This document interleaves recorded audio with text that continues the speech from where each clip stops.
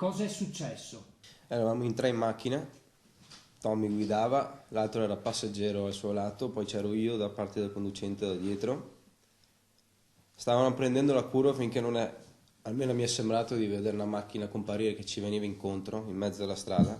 La curva l'ha presa male e siamo finiti nel fosso, altro non ricordo perché penso di aver anche perso i sensi. È tornato a casa il terzo ragazzo rimasto coinvolto nell'incidente dell'altra notte a Godega di Sant'Urbano ed è quasi certo che nel sinistro sia coinvolta una seconda auto, un'auto pirata. Una macchina in senso opposto che ha invaso la vostra carreggiata. Tommy a quel punto cosa ha fatto? Ha cercato di non andarle incontro e siamo finiti nella curva giù per il fosso. Questo Sì, ma è lei ricorda? sì, questo è quello che ricordo perché è stato un istante, tempo di chiudere gli occhi e è successo questo. Era buio, non ha visto bene l'auto che vi No, veniva incontro? No, zero.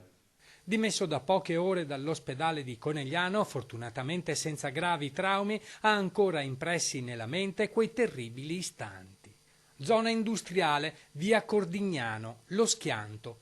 Tommy Saccon, 19 anni appena compiuti, morto praticamente sul colpo. L'altro amico di 18 anni seduto al posto del passeggero che lotta tra la vita e la morte all'ospedale di Cattinara a Trieste.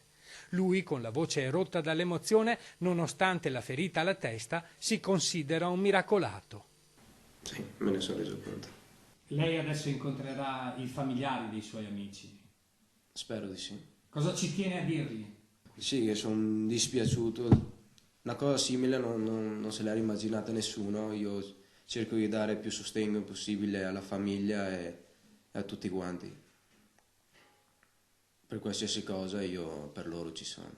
Per la comunità di San Fior, quello pagato alla strada è un tributo che continua a rimanere troppo alto. Solo un anno fa, nel gennaio del 2018, era toccato ad un altro diciottenne, Massimo Pizzol.